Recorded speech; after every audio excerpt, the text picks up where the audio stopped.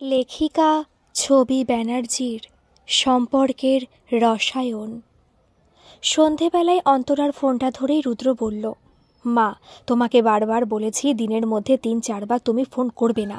আজকেই তো বাড়িতে তোমার সঙ্গে দেখা হলো, আবার কি বলবে? অন্তরা বলল, সকাল থেকে তোর বাবার সঙ্গে কি কাণ্ড হলো দেখলি না? চলে আসার আগে তোর সঙ্গে দেখা হলেও কথা তো হয়নি।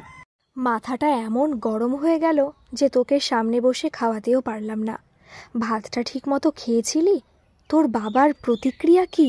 রুদ্র বলল, আমি 9টার সময় খেয়ে বেরিয়ে এসেছি। বাবা সেই সময় 2য় রাউন্ড ঘুমাচ্ছিল। বাবার প্রতিক্রিয়া কি আমি জানি না। আমি যাওয়ার সময় বাবাকে ডাকলে বাবা দরজাটা বন্ধ করে দিয়ে সম্ভবত আবার ঘুমোতে গেছিল।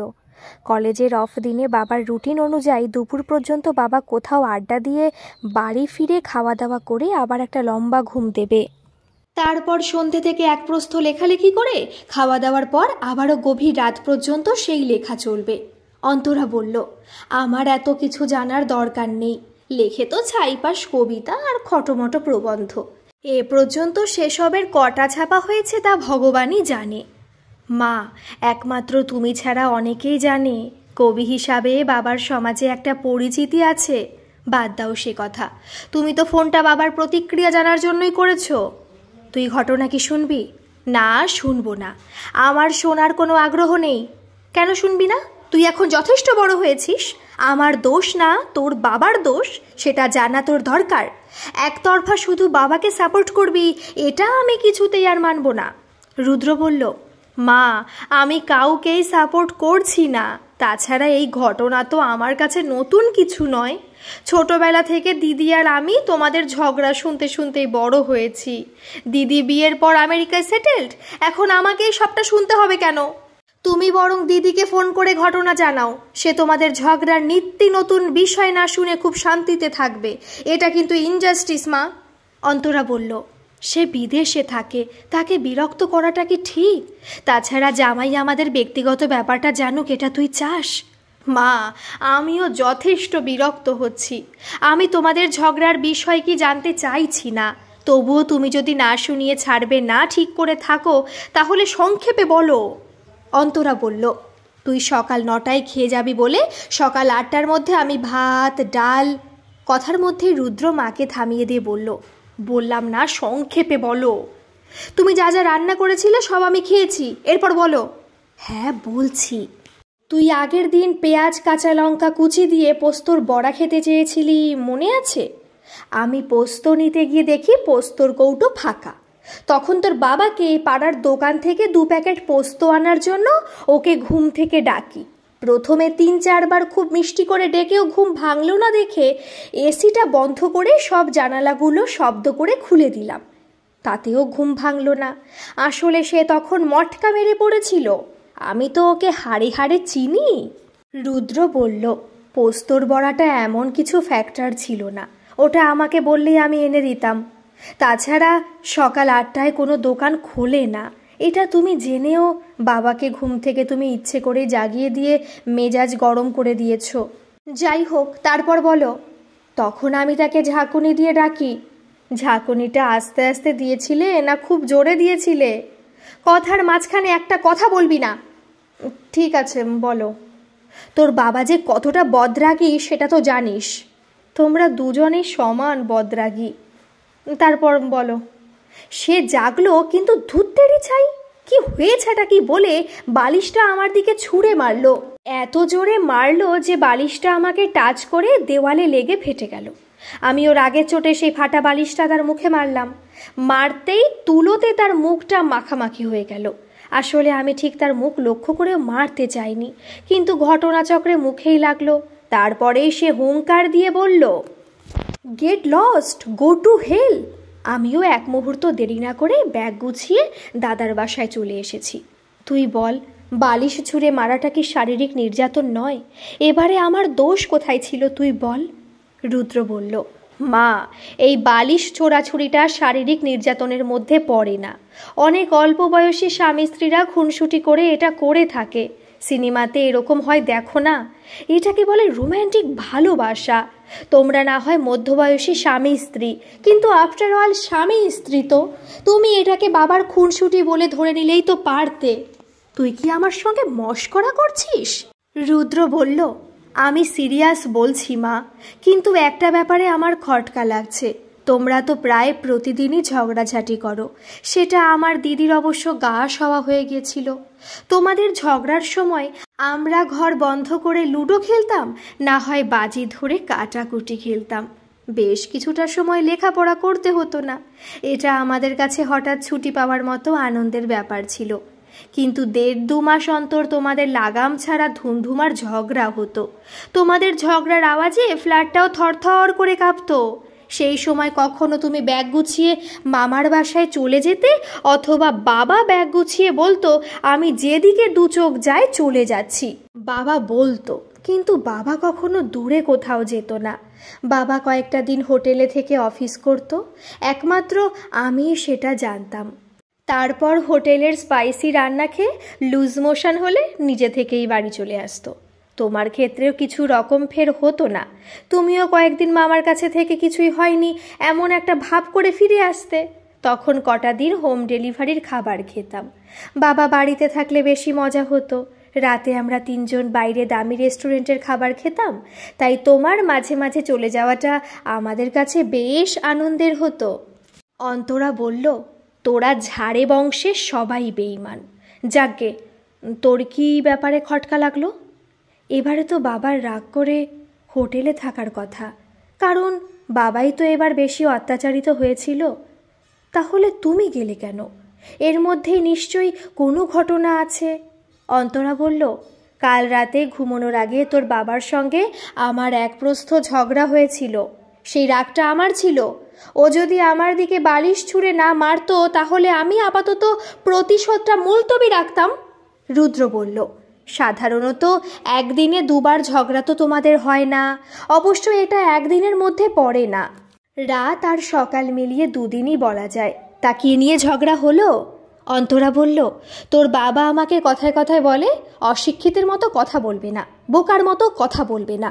এটা তুই নিশ্চয়ই অনেকবার শুনেছিস। রুদ্র বলল, ওটা বাবার মুদ্রা দোষ।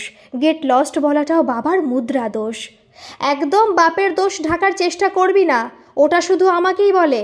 একজন MA পাস মহিলাকে অশিক্ষিত বোকা বলাটা তুই সমর্থন করিস? অবশ্যই সমর্থন করি না মা। তারপর কি হলো? আমি শুধু তোর বাবাকে বলেছিলাম, তোমার বন্ধুরা তো কোম্পানির বিরাট বিরাট পোস্টে চাকরি করে, আমার ভাইপোটা বেকার বসে আছে।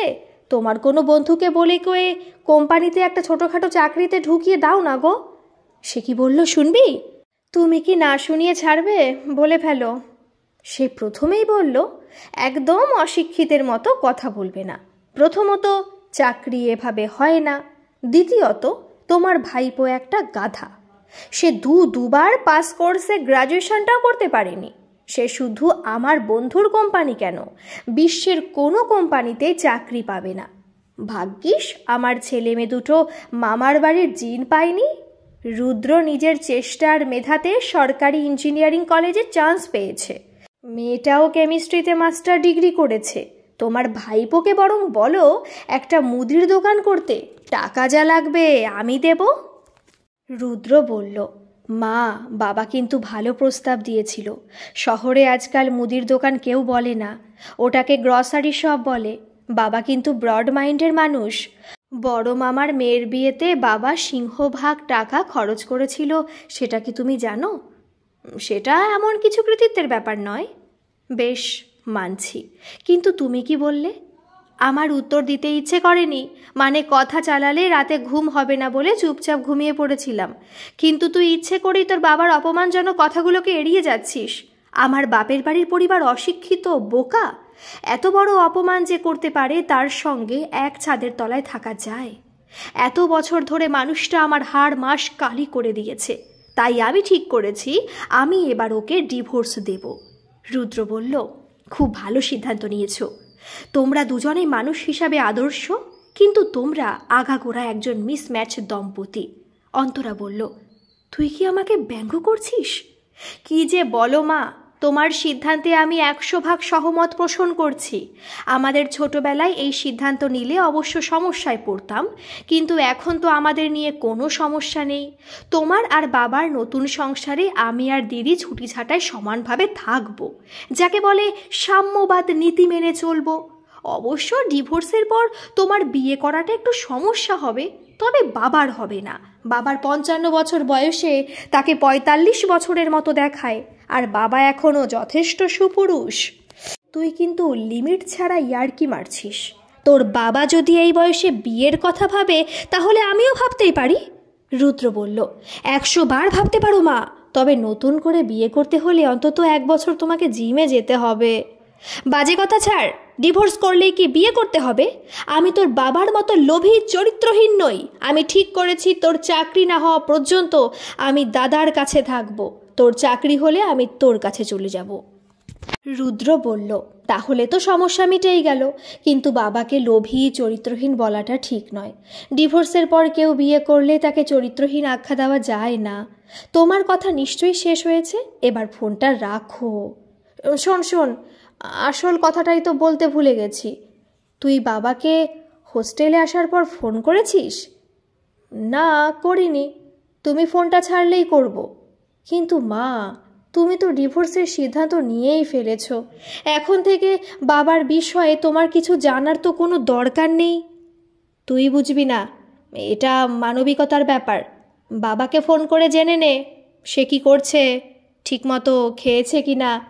চারিদিকে ডেঙ্গু হচ্ছে, মশারি টানিয়ে শুতে বলবি, তারপরই আমাকে ফোন করবি একটু, বুঝলি? না মা, আজ তোমাকে ফোন করব না, দরকার হলে কাল এই সময় জেনে নিও। পরদিন সন্ধ্যের পর অন্তরা ছেলেকে ফোন করে বলল, কাল রাতে আমার ভালো ঘুম হয়নি। হ্যাঁ রে, তোর বাবা কি সত্যি সত্যি ডিভোর্সের পর বিয়ের কথা ভাবছে? রুদ্র বলল, মা, ডিভোর্সের সিদ্ধান্ত তো তুমি নিয়েছ, বাবা তো নেয়নি। এবার তুমি একটাও প্রশ্ন না করে বাবা কি বলেছে শোনো। বেশ, বল বল। সে কি কাল থেকে বাড়ি থেকেই কলেজ যাবে, নাকি আগের মতো হোটেলে উঠবে? তুমি ক্রমাগত প্রশ্ন করলে আমি ফোন কেটে দেব। আচ্ছা, চুপ করলাম। রুদ্র বলল। বাবা ফোন তুলেই বলল, বাবা বিন্দাস আছে, কাজের মাসিকে পুরো 7 দিন ছুটি দিয়েছে। বাবা এখন মন্টু বলে 17-18 বছরের একটা ছেলেকে কাজে রেখেছে। সে ছেলে নাকি একটা রত্ন। সে গোটা ফ্ল্যাট ক্লিন করা থেকে খাঁটি দেশি বিদেশি রান্নায় সিদ্ধহস্ত। মানকচু বাটা থেকে শুটকি মাছ, কই মাছের ও গঙ্গা যমুনা, ইলিশ পাতুরি, মৌরলা মাছের টক, চিতল মাছের মুইঠা, ভুনা খিচুড়ি, পোলাও কোপ্তা, কালিয়া সব রান্না করতে পারে। এমনকি সেই ছেলে বাবার লেখা কবিতা খুব সমজদার শ্রোতার মতো শুনছে। বাবা 7 দিন ছুটি নিয়েছে। বাবা আরও বলেছে, তুমি বাবার লেখা কবিতা শোনা তো দূরের কথা, তার কবিতাকে ছাইপাশ লেখা বলে অপমান করো। তুমি নাকি বাবাকে অতি সাধারণ একঘেয়ে রান্না খাওয়াও। বাবার যা রান্না পছন্দ তুমি তার উল্টোটা করে মেজাজ দেখাও। বাবা তোমার দিনের পর দিন এই অপমান আর সহ্য করবে না বলে একটা সিদ্ধান্ত নিয়েছে। অন্তরা বলল, কি সিদ্ধান্ত নিয়েছে? ও যে কি ছিঁড়ির সিদ্ধান্ত নেবে সব আমার জানা আছে। যে নাকি একটা হদ্দকুড়ের বাদশা আমাকে ছাড়াও বড়জোর 2-3 দিন হোটেলে কাটাতে পারে, সে আবার সিদ্ধান্ত নেবে? কিন্তু আমি এখানে কথা না বলে পারছি না রুদ্র। তোর বাবাকে এতদিন বেয়াক্কেলে, গোয়ার, বদরাগী মানুষ বলে জানতাম। এখন দেখছি তার মাথাটাও পুরোপুরি গেছে।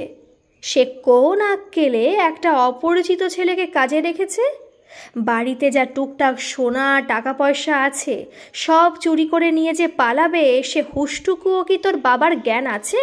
আর ওইটুকু ছেলে সে এত সব রান্না জানে, আবার কবিতার সমজদার শ্রোতা, এটা কি বিশ্বাসযোগ্য? রুদ্র বলল, মা, আমার কথা এখনো শেষ হয়নি।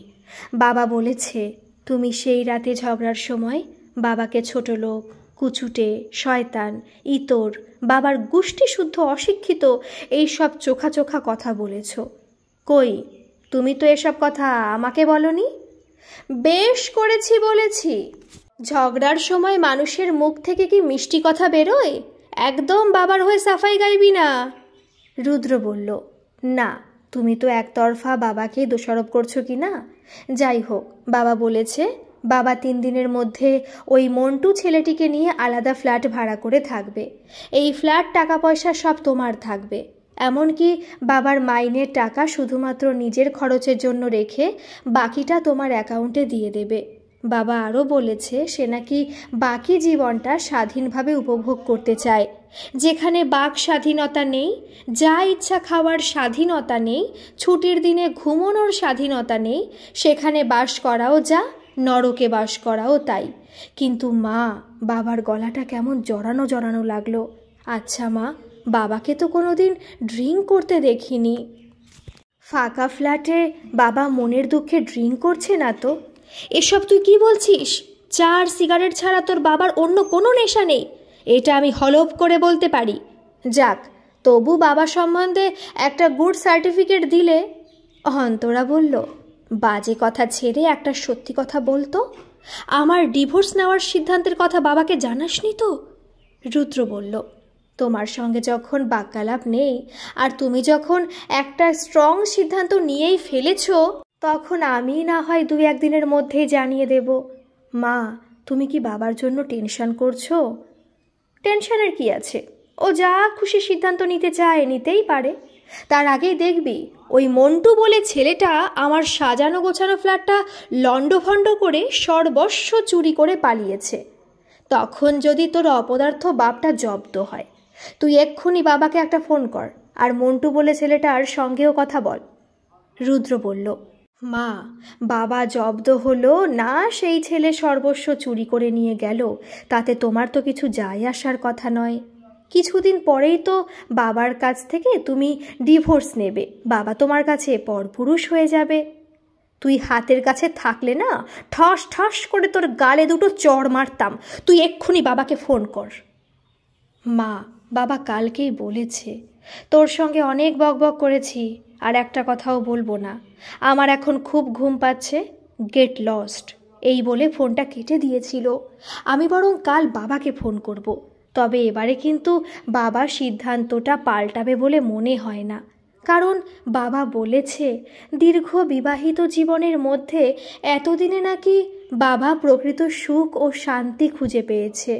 বাবার সিদ্ধান্তকে তোমার সিদ্ধান্তর মতোই আমার পূর্ণ সমর্থন আছে। এবার ফোনটা রাখছি মা। অন্তরা বলল, নেমো খারাম আর বেইমান না হলে কেউ এ কথা বলতো না। যাকগে, কাল দুপুরের দিকে ফোনটা করিস, সে দুপুরে কি দিয়ে ভাত খেয়েছে জানবি, আর অবশ্যই মন্টুর সঙ্গে কথা বলবি। রুদ্র বলল, মা, তোমার বাবার ব্যাপারে এত কৌতূহল কি ঠিক হচ্ছে? 100 বার ঠিক হচ্ছে। যতদিন ডিভোর্স না হচ্ছে ততদিন তার খোঁজ খবর নেওয়া আমার মানবিক কর্তব্য। এবার ফোনটা ছাড়ো মা। তারপর দিন রুদ্র অন্তরাকে ফোন করলো। ফোন ধরে অন্তরা বলল, কী রে, কাল দুপুরে ফোন করে বললি তো তোর বাবা ডোন্ট ডিস্টার্ব মি বলে ফোন কেটে দিয়েছিল। দুপুরে কি খেয়েছে না খেয়েছে কিছুই তো বলেনি বলেছিস। আজও তোর সন্ধ্যায় ফোন করার কথা, এখন করলি কেন? তোর মতো হাদা ছেলে আমি 2টো দেখিনি। সে কাল 2টো মাত্র শব্দে ফোন কেটে দিল, আর তুই দ্বিতীয়বার আর ফোন করলি না। মানুষটার সঙ্গে আমার না হয় কথা বন্ধ, কিন্তু তোর সঙ্গে তো নয়। ছেলে হয়ে বাবা কলেজ গেল কি গেল না, কি খেলো না, একবার খোঁজ নিবি না? আজ কি বলেছে? আজও কি বিন্দাস আছে বলেছে? মন্টুর খবর কিছু জানলি? রুদ্র বলল, মা, তুমি একবার কথা বলতে শুরু করলে নন স্টপ কথা বলেই যাও। বেশ, থামলাম, এবার বল তোর বাবার খবর কি? রুদ্র বলল, মা, কালও বাবার ওই একটা মাত্র কথাটাও কেমন যেন জড়ানো ছিল। আমি সন্ধ্যের পর আবারও বাবাকে ফোন করেছিলাম, কিন্তু ফোন ফুল রিং হয়ে গেল। বাবা কিন্তু ফোনটা ধরল না। মনটা কেমন অস্থির হয়েছিল, রাতে ভালো করে ঘুমাতে পারিনি। তাই কলেজ যাওয়ার আগে বাবাকে পরপর 3 বার ফোন করলাম, ফুল রিং হয়ে গেল। বাবা ফোন রিসিভ করলো না। আমার মনে হয় বাবার ভালো রকম শরীর খারাপ হয়েছে। কি বলছিস তুই? আমি তো চলে আসার সময় তার চনমনে শরীর দেখে এসেছি। দেখে ওই ছোড়ার এক্সপেরিমেন্টাল রান্না খেয়ে তার নিশ্চয়ই লুজ মোশন হয়েছে। হয়তো তুই যখন ফোন করেছিলি সে তখন টয়লেটে ছিল। ও মানুষ ভাঙবে তবু মচ গাবে না। রুদ্র বলল, না মা, বাবা আমার মিস কল দেখলে ফোন করতো।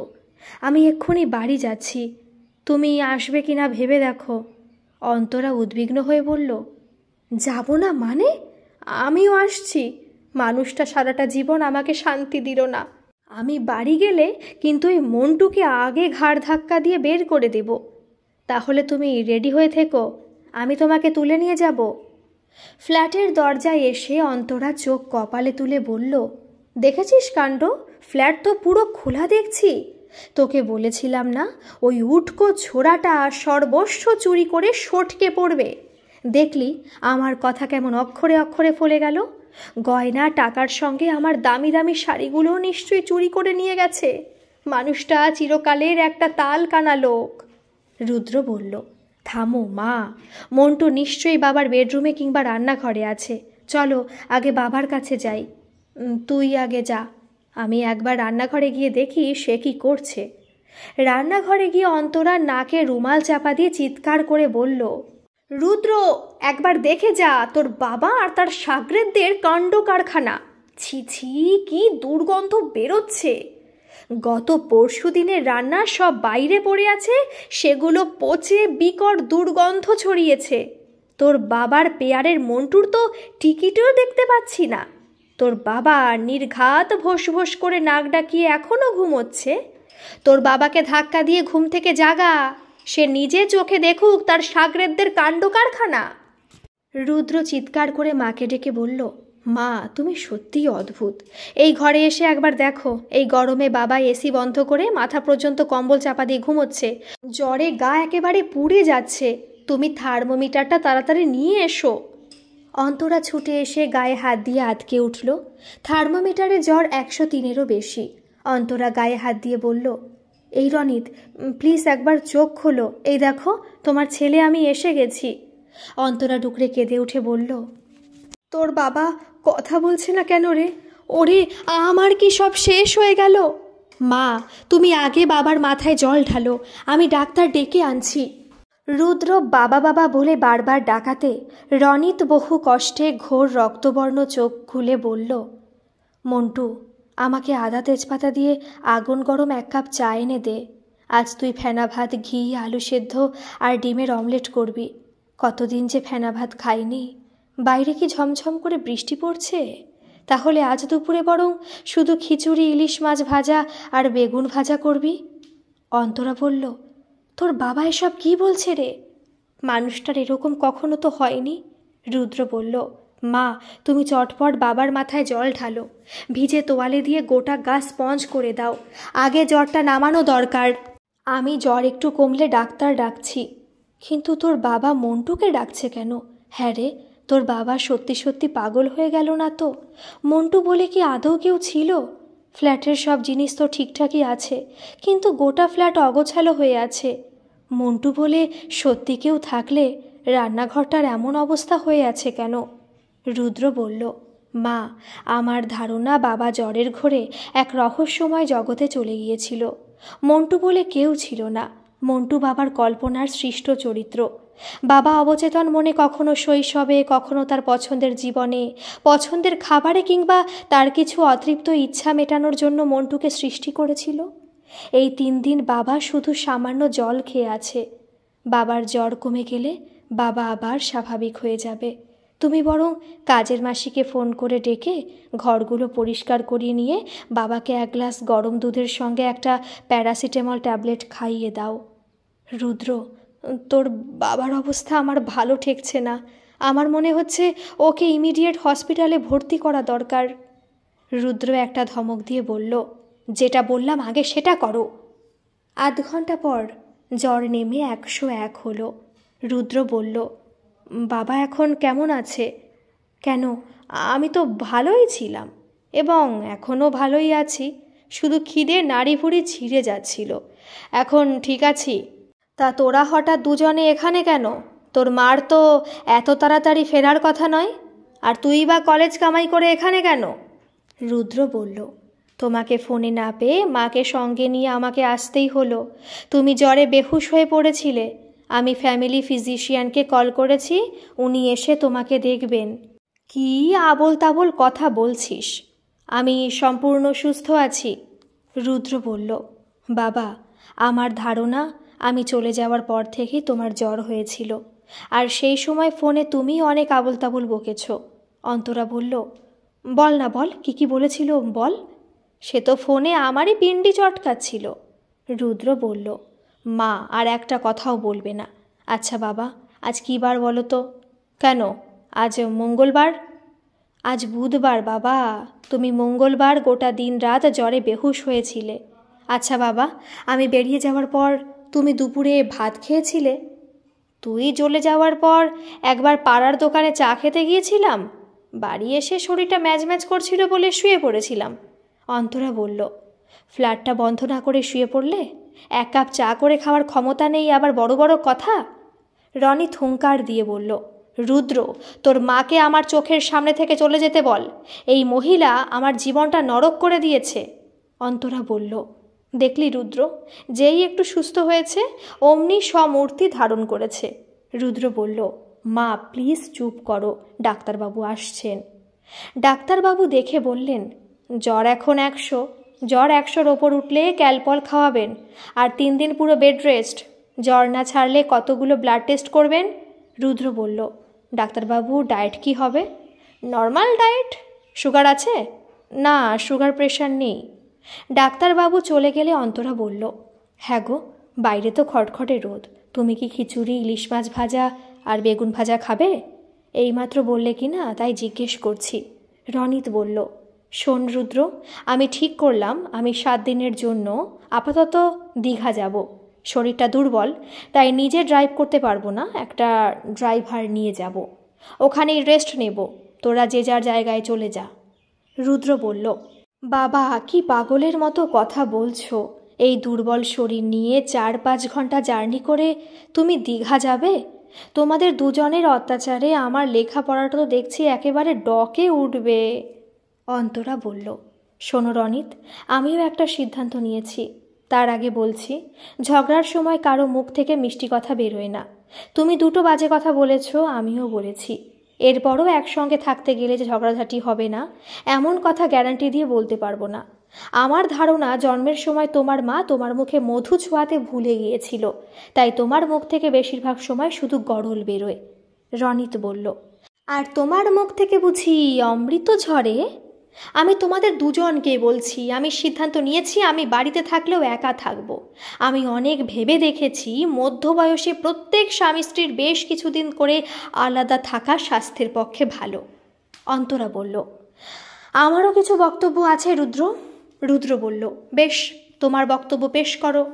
দেখ, অল্প বয়সে স্বামী স্ত্রীর মাঝে মাঝে একলা থাকা ভালোবাসার পক্ষে স্বাস্থ্যকর, কিন্তু মধ্য বয়সে একলা থাকা মোটেও স্বাস্থ্যকর নয়। যেখানে স্বামী অকর্মার ঢেকি হয় সেখানে তো নয়। তাই আমি সিদ্ধান্ত নিলাম ঝগড়াঝাটি জারি থাকবে, কিন্তু কেউ রাগ করে বাড়ি ছেড়ে যাব না। তোর বাবা আমাকে ছাড়া যতবার হোটেলে গেছে ততবারই একটা না একটা বিপত্তি ঘটিয়েছে, আর আমি চেষ্টা করব তোর বাবার পছন্দ মতো রান্না করতে। এমনকি তার লেখা কবিতাও শুনব এবং মতামতও দেব।